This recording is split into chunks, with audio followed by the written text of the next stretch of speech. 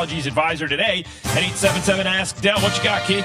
I'm all over the board this week. I got 7 teams. I'm just all over the board. Everybody's moving up and down. Some teams played on Thursday night, gets a shot. Some teams played on Sunday, drop. Some teams played on Sunday, and we don't even talk about them anymore. So let's start it off, Yates. Number 7, the Cincinnati Bengals. They sit at 7. They beat the Kansas City Chiefs. Look, I know they beat Kansas City. Kansas City was in my top 5 last week, but not this week. If you take a look at it, they sit around, saying, okay, well, Cincinnati, what are they going to do? It's a bad matchup for them. They don't have 3 corners that can cover Higgins and Chase and Boyd, along with the running game that Cincinnati presents with you. Joe Burrow's just been Joe Burrow. The defense stepped up to the plate. It was a 27-24 game in the end. It's close. Maybe they see each other in the playoffs, but for now, Cincinnati sits at 7.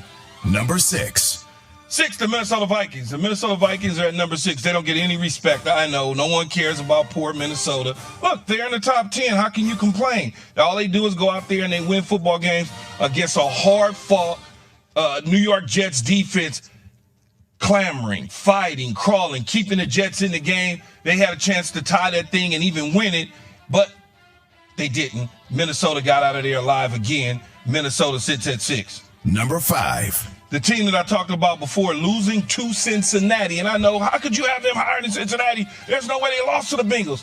Yeah, they did.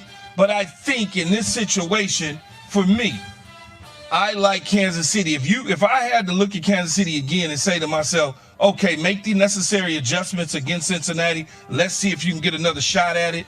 They sit at number 5 because I think that they will be there in the end. Although they lost this game to Cincinnati, it's one game. They lose the number 1 seed, goes to Buffalo. Let's see where it winds up in the end. Will Cincinnati see them in the playoffs? We'll see. Number 4, Speaking of a team, Buffalo Bills beat the New England Patriots on Thursday night. This is an easy win. They struggled a little bit over the last couple of weeks, but they took care of business against the New England Patriots, so we don't have to worry about saying whether or not the Buffalo Bills are for real. They find themselves back in the number 1 seed overall. The hype is starting to catch back up to the Buffalo Bills. The things that they did early in the season are starting to show up again for them. So I like the Bills. They got the number 1 seed. If they keep that number 1 seed throughout the playoffs, they're going to find themselves playing in the Big Toaster in Arizona. Number 3, the San Francisco 49ers. I don't know how you don't like that defense.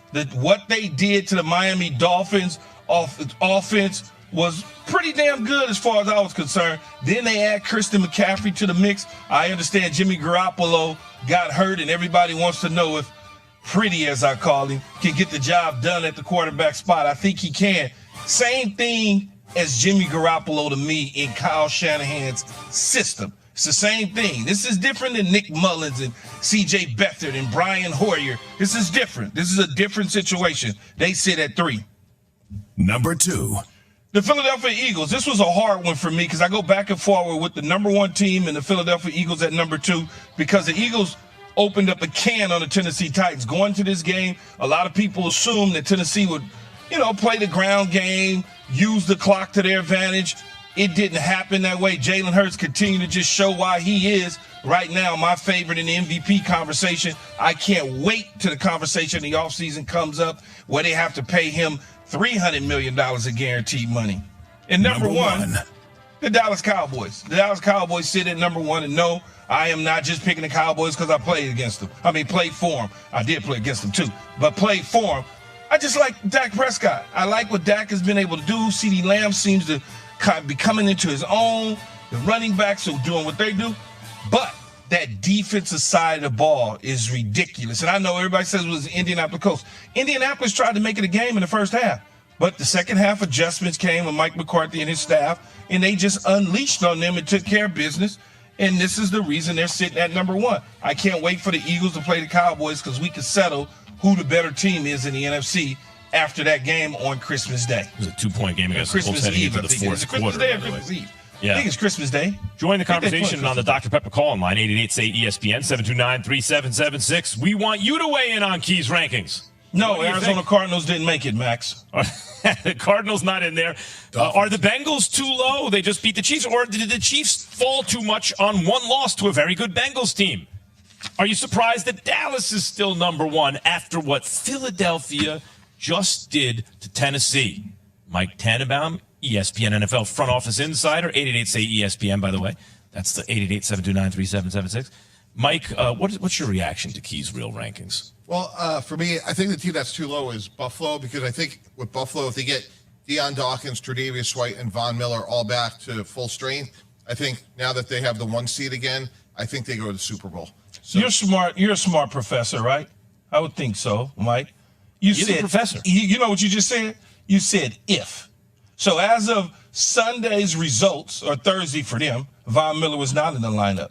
So, and as of Sunday, he wasn't in the lineup, even though they played on Thursday. And as of today, on Tuesday, he's still not in the lineup, which means that, as Stephen A. would say, it's fluid. These things change week to week depending on. But look, Buffalo, San Francisco, Philadelphia, Dallas, they're all in the top 4 teams in the National Football League. And if they get that defense back, they probably will run the table. And people talking very tough about the Chiefs all of a sudden. You know, that front to back, the rosters are better than the Chiefs. That's true, but none of those other teams have Patrick Mahomes. Patrick Mahomes is better than all those other quarterbacks, unequivocally better than all those other quarterbacks. And it makes a difference. That's why they host the championship game every year. I think that's fine, Max, but when you think about Cincinnati, I mean, Joe Burrow's never lost to Patrick Mahomes. Burrow is a gangster. So, I mean, you talk about that's a bad matchup. I mean, that would have to give the advantage to Cincinnati if they did happen to meet Kansas City in the AFC Championship. That's the one dude.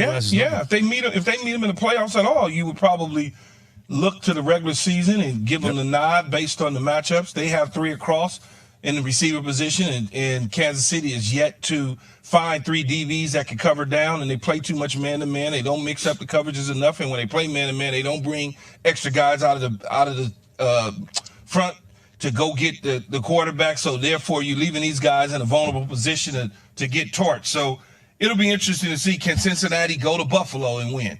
I mean, can they do that? So Key, using your theory of certainty, we're certain that the quarterback for the 49ers is going to be Brock Purdy. So I don't certainly see them as a third best team in the NFL. But Professor Johnson. But Mike, as I said before, when you look at Brock Purdy, I call him Pretty and Purdy because it looked pretty the other night against the Miami Dolphins in the 3 quarters that he played. If anything, it looked a little better than I have to admit. Very small sample size. It looked like the quarterback play got elevated a little bit. Mike, if you look at his play, I understand it's not even a small size. I don't even know what to call it, a crumble size or whatever. It's just a little bit. He did what they asked him to do. He got the ball out quick. He was in rhythm. He didn't give you he didn't give me, as I was watching, the Jimmy Garoppolo. Oh, no, he didn't. Oh, okay. He didn't give me that. And the fact that I didn't see any of that, where, Jimmy throws 1 or 2 and you go, oh, God, he almost threw a pick. Yep. That didn't happen. So I'm like, okay. A lot of times executives, and I'm not picking on you, Mike, but a lot of times these executives, they do get it wrong with the quarterbacks. They overvalue guys when they're scouting them. We see it with the New York Jets and Zach Wilson and Mike White. I understand Mike White's a small sample size too, but based on the small sample size, he looks a whole lot different. That offense looks way different with him than it did with Zach Wilson. So that's kind of how I'm looking at it. And you may be right. This dude may be a pumpkin next game. Okay. Mike, you want to respond because we got some people who want to talk about this. Oh, please, go ahead. John in Dallas, you are on with Keyshawn, J. Will, and Max, and Mike Tannenbaum. What you got? Yes, sir.